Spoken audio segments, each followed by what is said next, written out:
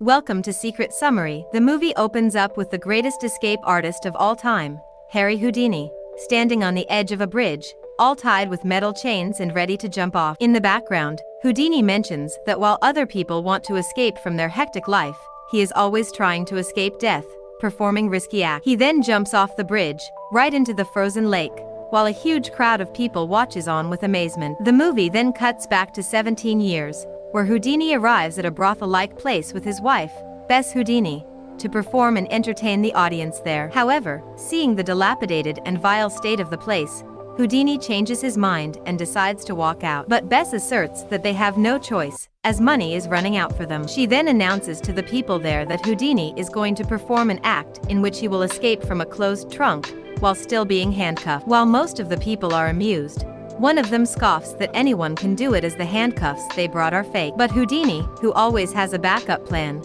tells the audience that he will wear any handcuff that is given to him. Surprisingly, the man who labeled their performance as fake turns out to be a cop himself, and he throws a real handcuff in front of them. At first, Houdini gets nervous because of the intense pressure, but when the cop puts the cuffs on his hands, he gets riled up. He then slowly turns away and opens it using a pin-like thing hidden in his belt. This immediately impresses the crowd, including the cop, and all of them applaud for him with respect. From that day onwards, Houdini became famous throughout America by the title of the best escape artist. He started performing several other shows, escaping from not only handcuffs but also from metal chains wrapped around his body. One night, Bess mentions that she wants to do something else other than performing shows, but Houdini makes it clear that he does not want to return to a normal life. Instead, he wants to be the best escape artist in the world. With this, the scene flashes back to several decades earlier, when Houdini and his brother Das are looking at a travel group performing an illusionary act. Houdini is so intrigued by the performance that he instantly started dreaming of becoming a magician and making a living out of it. And, with the days passing by, he learns small tricks and earns some money from it. Houdini brings the money home to his mother and makes her happy, but his father isn't really fond of Houdini performing in public. Because of this, he leaves his house with his brother at an early age and decides to do something on his own. Together, the Houdini brothers start to perform on the streets and collect money to support their mother. A few years pass by, and one day, while performing on the streets, Houdini notices his future partner, Bess, dancing for a performance group. He secretly watches her perform and quickly falls for her beauty and elegance. After the act, he approaches Bess and asks her if she would like to work with him, to which she accepts. From that day onwards, the two get along very well and travel around the world, performing magic tricks for renowned people. Houdini's brother, Das, who is still in the States, tries to copy his tricks to stay relevant. However, Houdini doesn't like this and decides to perform even riskier tricks which no one can even dare to replicate. The scene then shifts to 1896, where Houdini and Bess visit a popular prison and ask the head sheriff to lock him up. Expectedly, the sheriff refuses, mentioning that they can only lock up criminals. But when Houdini starts making fun of their prison quality and bets $100 for the cause, he gets enraged and agrees to do it. Here, we get to know that Houdini wants to do this stunt as it would gain a lot of publicity, even without paying the newspapers. Meanwhile, the sheriff locks up Houdini pretty well, and Bess gives him a kiss before leaving. The sheriff suspects that she has transferred something into his mouth, but when he checks, he finds nothing. After the coast is clear, Houdini pulls out a metal key opener that he had swallowed after kissing Bess, and uses it to escape the prison. As a result, the media goes into a frenzy, and Houdini becomes famous overnight. The fans even start recommending him to escape from bigger and more secure prisons. Houdini accepts one of these challenges and arrives in Chicago, Illinois in the year 1900 to perform a trick. This time, he is wrapped with metal chains all over his body, and even his mouth is covered with a strap, suspecting that Bess passed him the key earlier, while kissing. However, to the prison guards' dismay, only after 5 minutes of being locked up, Houdini escapes from the prison without leaving any trace of himself behind. After his numerous prison escapes, Houdini becomes famous all over the globe by the names the Handcuff King and the Breaker of the Chain. One day, Houdini can be seen shopping for prop items. In a shop, he meets the owner, W, who seems to know him very well and also claims to have designed most of the items in the shop. Houdini is really impressed by Jim's work, including the one in which the performer has to escape after hanging upside down inside a box filled with water. After a few days, Houdini and Bess visit Jim at his workshop, where he has created a model for the water container act. As soon as he sees the box, Houdini hops into the container, with the aid of Jim's assistants, to check for how long he will be able to stop his breathing underwater. He impressively stays still for a few minutes and signals to be let out. But unfortunately, when Jim and his crew try to pull Houdini out, the rectangular box on top of the container gets stuck, horrifying everyone around. Fortunately, Jim has an axe lying around, which he uses to shatter the container and set Houdini free. The scene then fasts forward to the time when Houdini is performing the water container act live, in front of a large audience. He also informs the audience that in case of emergency, he has the head of the fire department office holding an axe to break open the container. Houdini then starts performing the act, with his legs trapped in the rectangular box. Jim is hosting the show, and he asks the assistants to cover the container. A few minutes pass by, but Houdini shows no movement, so the crowd starts getting anxious. As a result, the head of the Chicago Fire Department arrives there to break the container, and when he turns back, he is revealed to be none other than Houdini himself. The crowd roars in astonishment, as they have never witnessed anything like this before. With Houdini's popularity spreading all across the nation, the director of the U.S. Secret Service begins investigating him. They believe that Houdini is an illegal immigrant who has been fooling people with useless acts. But fortunately, before any roadblocks appear, Houdini is approached by V, the head of the British Secret Service, MI5. William modifies Houdini's place of birth from Hungary to the US, and in return, asks for secret information from the enemies of the USA and the UK. Acting on the plan, Houdini heads to Germany and performs for the Great Kaiser family. He eventually blows their mind after performing a nearly impossible bullet-catching magic trick. Following this, Houdini meets with Riley, one of William's officers, and provides him with some secret information that he overheard while being around the Kaisers. Riley is really impressed by his work and showers heaps of praises on him. He then leaves, but not before giving Houdini a red book containing Russian grammar, setting him up for the next mission. A few days later, Houdini and his partner, Bess, can be seen performing for a prestigious and powerful family in Moscow, Russia. To win their hearts, Houdini cleverly plays a game where he will fulfill their wishes. He makes them write down their wishes and lets the daughter of the family pick one. It reads, "Ring the Kremlin bell." Everyone laughs at the wish, as the Kremlin has not been rung since over 100 years. But Houdini, being Houdini,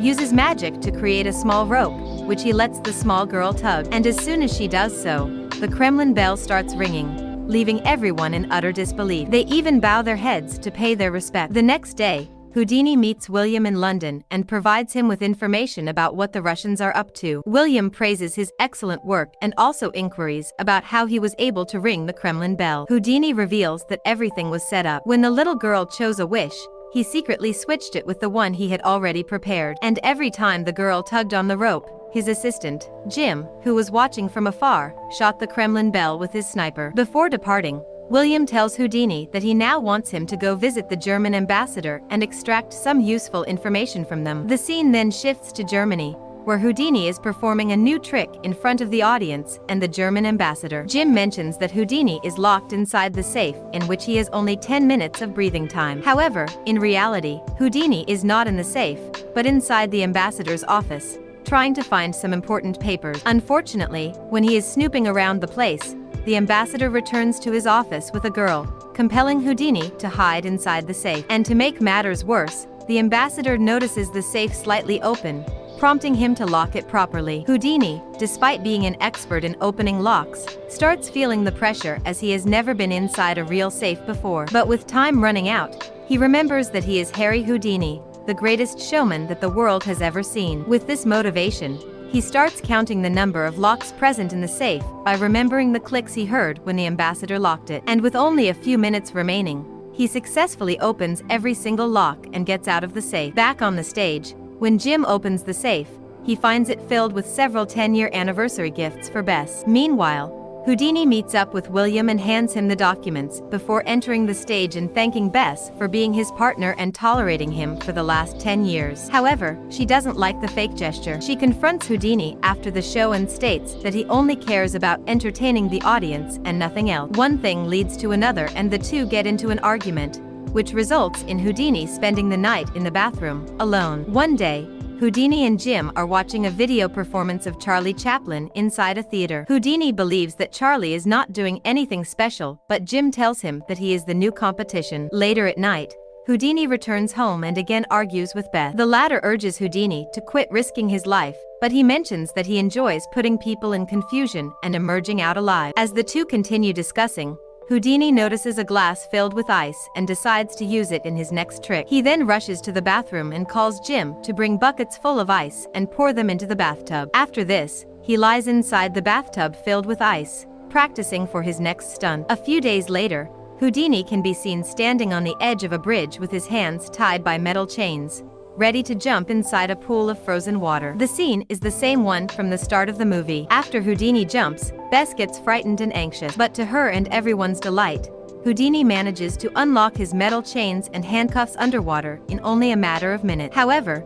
just when it seems that the performance is over, Houdini is swept away by the water current. He struggles for a while, trying to find a way out, until he visions his mother there. And with her help and guidance, he safely gets out of the frozen water. Seeing her husband risking his life to the bits every time he performs his stunts, Bess again argues with him at home. At first, Houdini gets angry and walks away, but later, he returns home and apologizes to her for overreacting and also agrees to do only safe acts from now on. Following this, during the next act, Houdini does not risk his life and makes an elephant disappear in thin air, surprising the audience. After the performance, he is approached by the British agent from earlier, Riley, who asks him to visit Europe and Washington to bring some secret information for them. Houdini tries to decline the request, but Riley convinces him by saying that his fans will love a world tour. The scene then shifts to the Empire Theatre in 1914, where Sir Arthur, the writer of Sherlock Holmes, is also amongst the audience. As he watches with eagerness,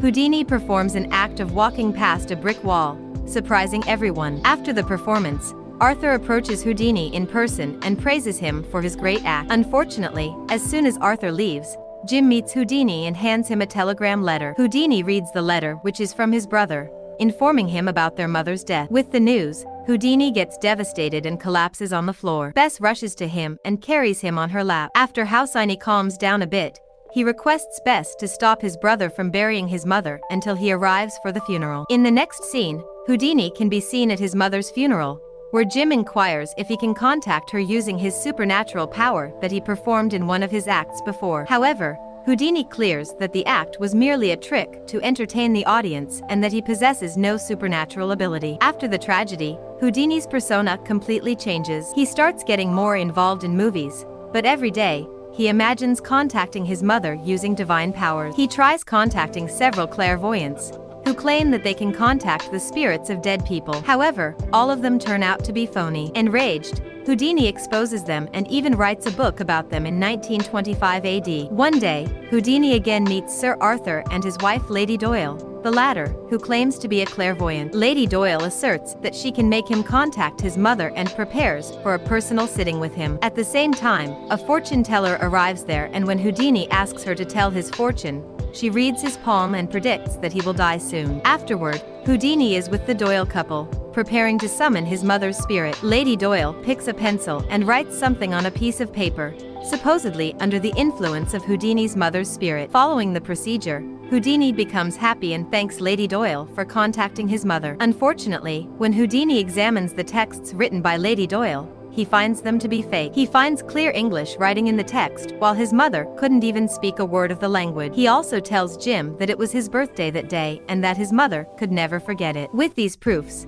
he declares that Lady Doyle is fake and exposes her and Sir Arthur via radio programs and newspaper interviews. He also declares that he will provide $25,000 to the ones who can make contact with his dead mother. In 1926, Houdini visits Boston, Massachusetts to meet a notorious clairvoyant, who calls herself Marjorie. He attends one of her table sessions and exposes her fakeness. Enraged, Marjorie visits Houdini in his hotel room and tries to seduce him, but to no success. Hence, before leaving, she reminds Houdini that he will die soon, and after that, they will own his spirit. Houdini's next show is scheduled in Detroit, Michigan, where he performs the act of escaping a rectangular box filled with water. Houdini has performed the act on several occasions, but this time, he ends up fracturing his ankle. After the performance, a doctor visits him and asks him to take rest, but Houdini responds that he cannot miss his show and hence, decides to continue performing with a broken ankle. Later, while Houdini is with his fans, a guy approaches him and punches him hard on the stomach for speaking against Lady Doyle. Houdini whimpers in pain, but he doesn't talk about it to Bess or Jim, and simply goes to perform his next show. Unfortunately, as he is addressing the audience, he suddenly collapses, prompting Jim to immediately call an ambulance. At the hospital, the doctors open up Houdini and discover that he has a ruptured appendix and that he has very little chance of survival. One of the doctors approaches Houdini and breaks the bad news to him. He also talks about how Houdini is a great performer, who made millions of people forget their miseries. On the other hand, Bess and Jim also learn about the news and get devastated. And in no time, the news spreads like wildfire and Bess receives a number of letters, expressing concerns about Houdini's health condition. The kind gestures move her, and she finally realizes the happiness her husband brought to millions of people all around the world. Unfortunately, Houdini dies at the early age of 52, while visioning his mother in one of the nurses who looked after him. The whole world mourns over the death of the great Houdini. The movie ends with Reverend Arthur Ford, the first spiritualist in the Church of New York, inviting Mrs. Houdini for one of their sessions to try and make contact with Harry Houdini.